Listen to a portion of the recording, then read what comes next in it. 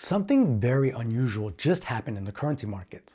The US and Japan coordinated to support the yen, and that's not something we see often. The last time this happened was back in 1998 at the height of the Asian financial crisis, when the US stepped in to help the Japanese yen to prevent further economic collapse. Fast forward now to 2026 and we see different circumstances but the same policy action. Here's why it's happening now, today in 2026. Over the last 5 years, Japan's currency has been getting destroyed against the dollar. At one point, the dollar was worth more than 163 yen compared to roughly 104 yen just 5 years ago. And that's a real problem for Japan and beyond. A weaker yen makes all imported goods more expensive, especially goods imported from the United States. On top of that, Japan imports virtually all of its energy, and oil itself is priced in US dollars. So when the yen weakens at the same time that oil markets explode higher due to the conflict between the US and Iran, Japanese consumers get hit 3 different times. Overall imports are more expensive, oil and transportation in order to move those goods and services becomes more expensive, and on top of all of that, it simply takes more currency to buy more of the same set of goods and services.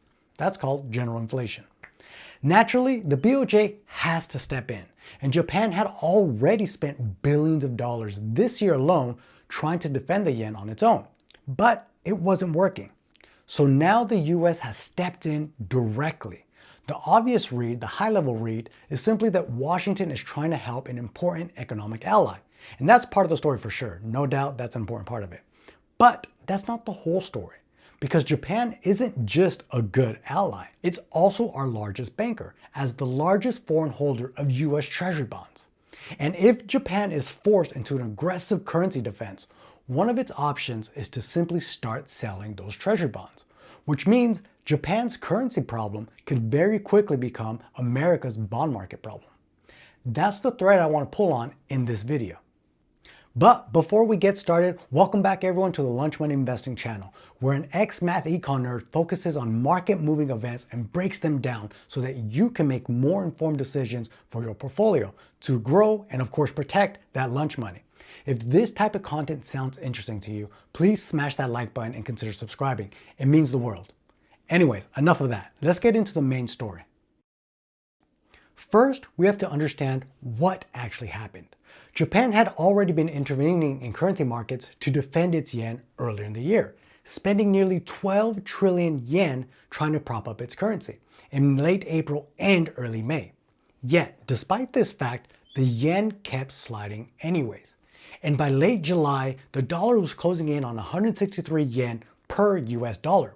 And on July 30th, the Bank of Japan intervened again, buying $25 to $30 billion worth of yen. But this time, it was followed by direct support from the US, who bought roughly $5 to $10 billion worth of yen. The yen jumped immediately, with the USD JPY pair dropping from 163 to below 158 and reaching a low of 155. Roughly $35 billion worth of yen buys were coordinated between Japan and the United States. A large sum, no doubt, but compared to the $10 trillion traded daily in global currency markets, it's a drop in the bucket. So the amount that was bought is not particularly important. What matters more instead is the signal that this sends. And speculators are on notice now. If they lean too hard on the carry trade, they're going to get it handed to them. That's part of the rationale, I guess. Before this, a trader shorting the yen only had to ask one question. Is the Bank of Japan willing to fight me? Now, the question is whether the trader is willing to take on both the Bank of Japan and the US Treasury. That's a much more complicated trade to put on. In addition to buying the yen, the US also quietly reaffirmed something called the Foreign and International Monetary Authority's repo facility, or FIMA. A Fed tool that lets foreign central banks borrow dollars using treasuries as collateral without having to sell those treasuries outright. That's a detail that matters, and we'll touch on that again later in this video. So that's the what. Now we have to focus on the why for both the US and Japan, because they're not doing this for fun. They're not doing this simply for the love of the game. Japan is stuck picking between three bad options. And understanding each of those options and what it means explains everything that follows. Option 1 is do nothing. Let the yen keep sliding. That means worse imported inflation for Japanese citizens. Obviously not a viable long-term solution. Option 2 is raise interest rates aggressively. Japan has run near zero rates for decades, and that's created a massive global trade, the yen carry trade, where investors borrow cheap yen and invest the proceeds in higher yielding assets throughout the world. Now, I made a separate video dedicated on this topic exclusively, so be sure to check it out. I'll link it here somewhere. Now, if the Bank of Japan hikes rates hard, that interest rate gap narrows fast, and all those carry trade positions can unwind all at once. But investors will then rush to buy back yen to repay their loans, causing a violent, disorderly spike in the currency. We've seen how fast this can spiral before, so Japan naturally doesn't want to bring this shock to the global financial system. It's not fun for anybody. Option 3 is simply to sell their foreign assets to raise dollars to then go into the currency markets and buy yen. Japan holds over 1 trillion US Treasuries, and selling a meaningful chunk of that to fund a currency defense sounds simple enough at high level, until you follow where that supply of Treasury goes and ultimately what it means. More Treasuries hitting the bond market pushes Treasury prices down, and when bond prices go down, interest rates or yields go up. So a currency problem in Tokyo quickly turns into an interest rate problem in Washington and, more importantly, for the global financial system. And that's exactly what Washington doesn't want to happen, because right now in the US, we're fighting our own battle over interest rates, which brings us to the why for the US. The US is dealing with a genuinely uncomfortable mix of its own problems right now. Enormous government debt to the tune of $40 trillion, large annual deficits that show no signs of slowing down, and long-term yields that are already elevated. Just look at the 10-year that's been trading between 4 and 5% over the last 2 years. And we have the 30-year that has pushed above 5%, its highest rate in over 20 years. The Fed controls the short-term rates directly, but the farther out you go on the curve, the less say the Federal Reserve actually has. And instead, investors start pricing in inflation expectations, deficit trajectories, how much new debt is coming, and ultimately how much they trust Washington to protect their purchasing power for the dollars that they'll get paid back in decades from now. So ultimately, if Japan is forced to dump a meaningful share of its $1 trillion in treasury holdings, that's one more source of selling pressure, and a big source, right? All that hitting the market that's already under strain. And higher yields ripple into everything. Mortgage rates, corporate borrowing costs, stock valuations, and the government's own financing cost. It becomes a feedback loop. Higher yields raise borrowing costs for everyone, which widens the deficit, which forces more treasury issuance, which pressure yields even further. It's a vicious cycle, a debt feedback loop. That's why the FIMA facility that I mentioned earlier matters so much in all of this. It gives Japan a way to raise dollars by pledging their treasuries as collateral instead of selling them outright, turning a scenario that would spike US yields into one that doesn't have to, at least not immediately.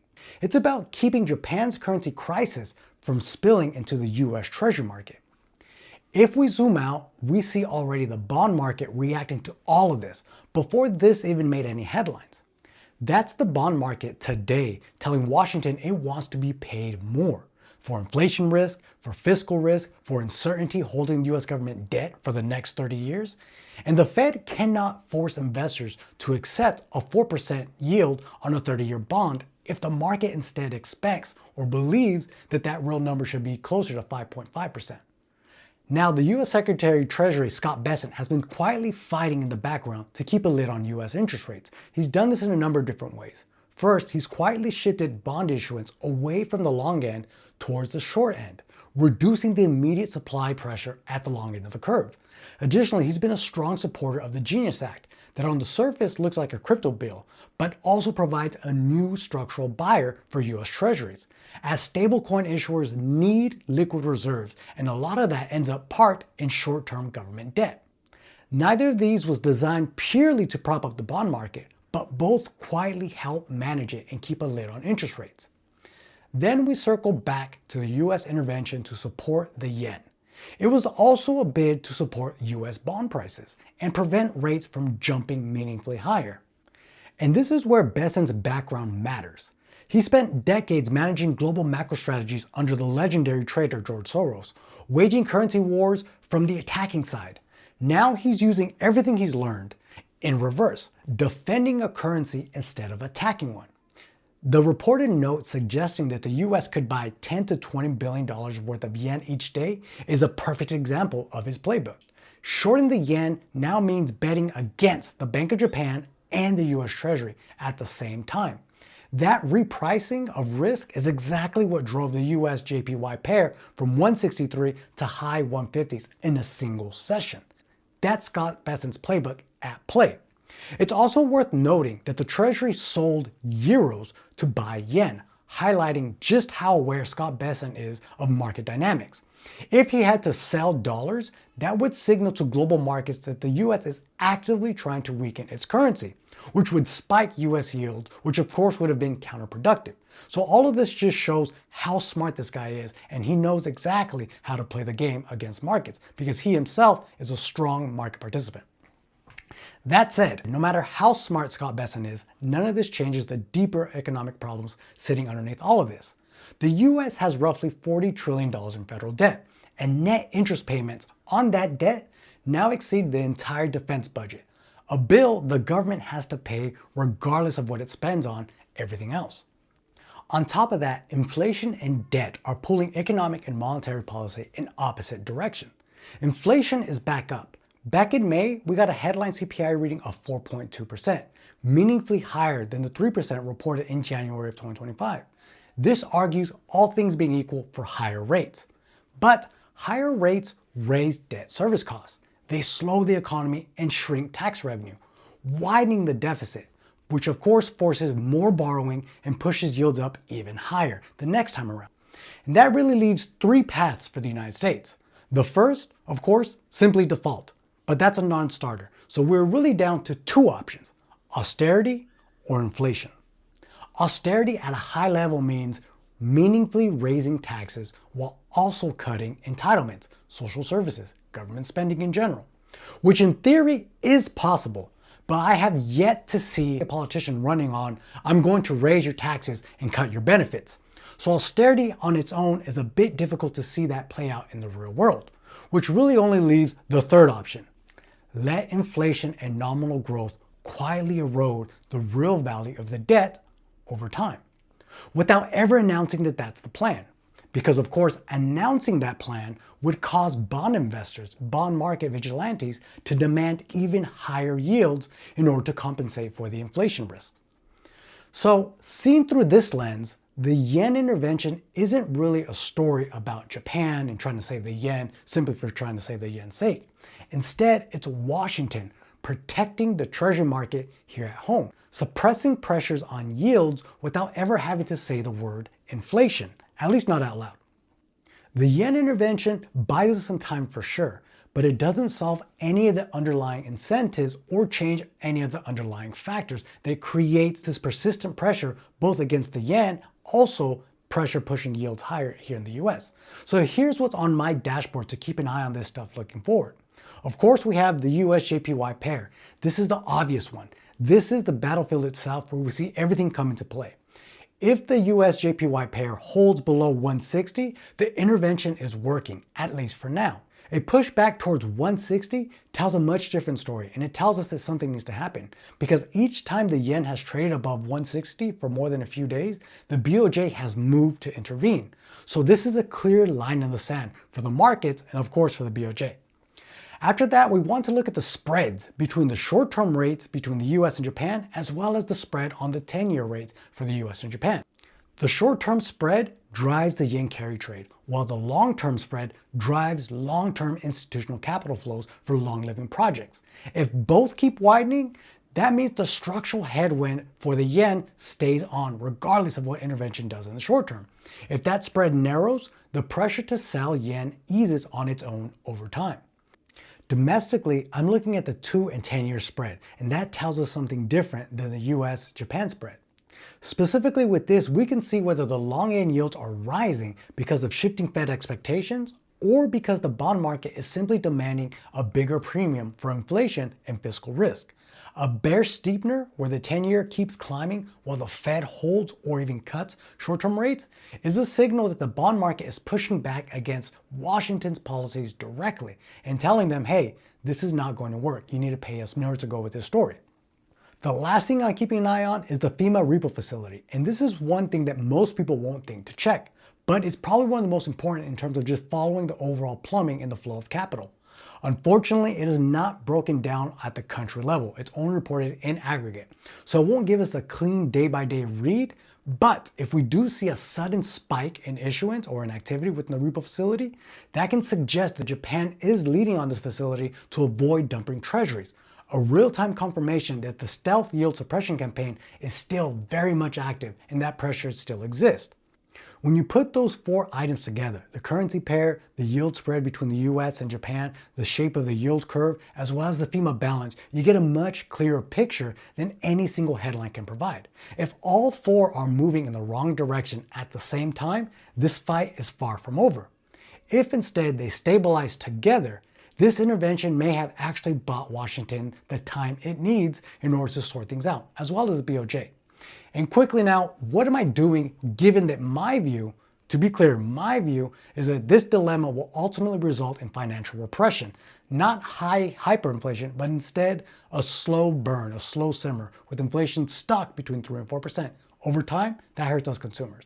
So first, quick reminder, I'm not a financial advisor. This is not financial advice. I am simply sharing my ideas and what I'm doing. And hopefully that can inspire or motivate you. Anyways, I'm looking to increase my asset allocation to real assets like gold, Bitcoin, as well as claims on real assets via stocks, and decreasing my allocation to long-term nominal yield bonds. The new Federal Reserve has yet to offer an intellectual framework on how it's going to address the growing inflation. And I understand that Kevin Warsh hasn't been on the job for more than 3 months yet. So this can obviously change, and when it does, I'll reevaluate my positions going forward.